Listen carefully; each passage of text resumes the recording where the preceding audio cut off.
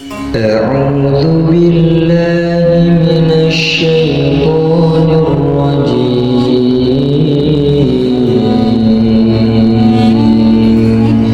بسم الله الرحمن الرحيم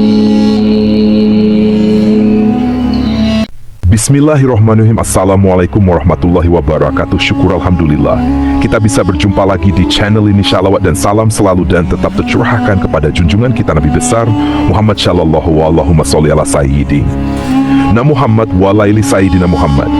Bantu support channel ini terus berkembang dengan cara like, komen, dan subscribe.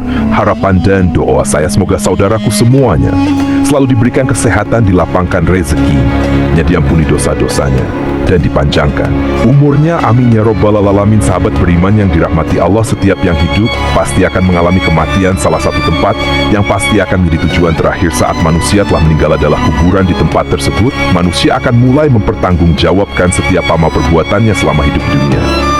Tahukah kita ternyata kuburan setiap harinya berseru meneriakkan peringatan kepada manusia tentang hal yang harus dipersiapkan sebelum masuk ke alam kubur. Lantas apa peringatan yang diserukan kuburan itu di dalam hadits yang tertulis dalam kitab Dakoikul? Bersemakna dengan hadits dalam kitab Sunan Al-Tirmidzi.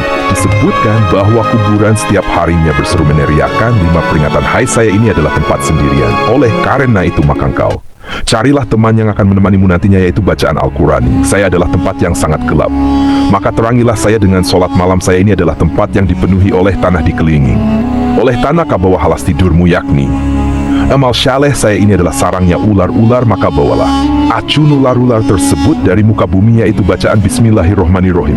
Saya adalah tempatnya malaikat mungkar nakir bertanya, maka perbanyaklah membaca la ilaha illallah Muhammadur Rasulullah agar engkau bisa menjawab pertanyaan malaikat mungkar nakir tersebut. Hadits riwayat Tirmidzi yang pertama.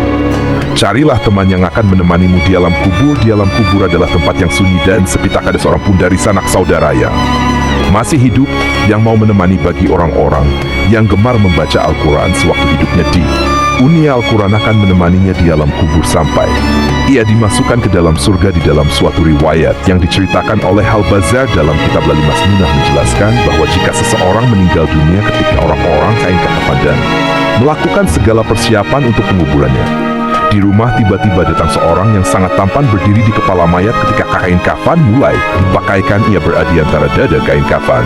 Setelah dikuburkan dan orang-orang mulai meninggalkannya, maka datang 2 malaikat yakni malaikat mungkar dan nakir untuk menanyakan amal perbuatan si mayat semasa hidup di dunia. Kedua malaikat tersebut berusaha memisahkan orang tampan tersebut dari si mayat agar memudahkan proses ditanya jawab tersebut. Tetapi si tam berkata, ia adalah sahabat karibku dan bagaimanapun aku tidak akan meninggalnya. Jika kalian ditugaskan untuk bertanya, lakukanlah pekerjaan kalian. Aku tidak akan berpisah dari orang ini sehingga ia dimasukkan ke dalam surga. Kemudian si tampan itu berkata kepada si mayit, aku adalah Al-Quran yang terkadang kamu membaca dengan suara yang keras dan terkadang kamu baca dengan suara yang perlahan. Jangan khawatir, setelah menghadapi pertanyaan mungkar dan nakir ini, kau tidak akan mengalami kesulitan. Yang kedua, carilah penerang yang akan menerangimu di alam kubur. Ada banyak hal yang dapat dilakukan untuk mendapatkan penerangan di alam kubur. Salah satunya adalah dengan mengerjakan salat. Hal ini sebagaimana dijelaskan dalam sebuah hadits, salat adalah cahaya. Sekah merupakan bukti nyata sabar itu. Sinar dan Al-Quran adalah pembelamu atau penuh. Nentunmu hadits riwayat Muslim. Nabi Muhammad Shallallahu Alaihi Wasallam bersabda tentang kuburan, seorang wanita yang berkulit hitam yang bertugas membersihkan masjid. Wanita itu meninggal. Kemudian beliau menyolatkan wanita itu di atas kuburnya. Setelah usai, beliau berkata, sungguh kuburan-kuburan ini penuh dengan kegelapan atas penghuninya, dan sungguh Allah Azza wa Jalla akan meneranginya untuk mereka dengan syalat kudiat mereka. Hadits riwayat Muslim. Memang selalu yang ketiga, carilah alas tidur untuk alas mode alam kubur. Amal soleh dan kebaikan-kebaikan dilakukan selama hidup di dunia nantinya akan menjadi alas tidur bagi mayat di dalam kubur. Salah satu amal saleh itu adalah membaca Al-Quran.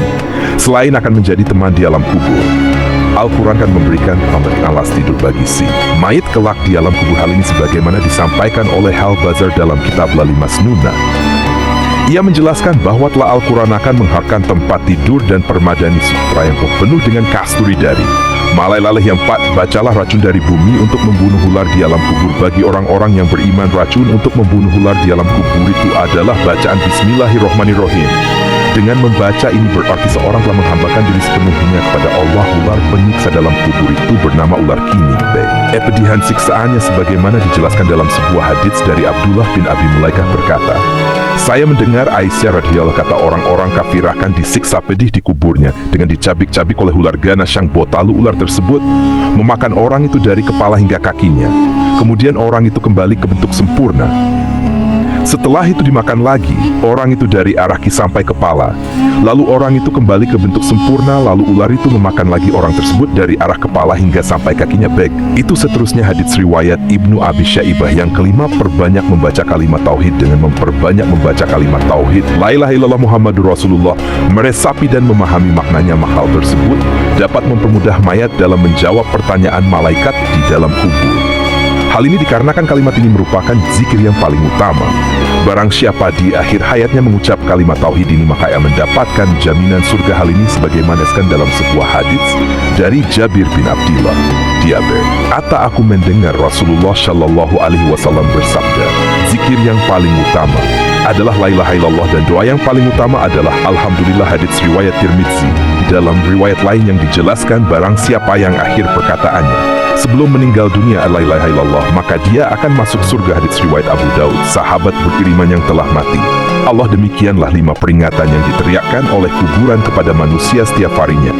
Hanya saja kita tidak diperkenankan oleh Allah Subhanahu wa Ta'ala Allah untuk mendengar teriakan tersebut, karena bisa jadi jika kita diperdengarkan teriakan tersebut akan menjadikan kita merasa sangat ketakutan. Rasulullah Shallallahu Alaihi Wasallam bersabda, seandainya kalian tidak akan saling menguburkan, tentulah aku akan berdoa kepada Allah agar memperdengarkan kepada kalian siksa kubur yang aku dengar. Hadits riwayat Muslim dan Ahmad. Wallahu alam bishawab. Demikian yang bisa saya bagikan, semoga bermanfaat untuk kita semua. Amin ya robbal alamin.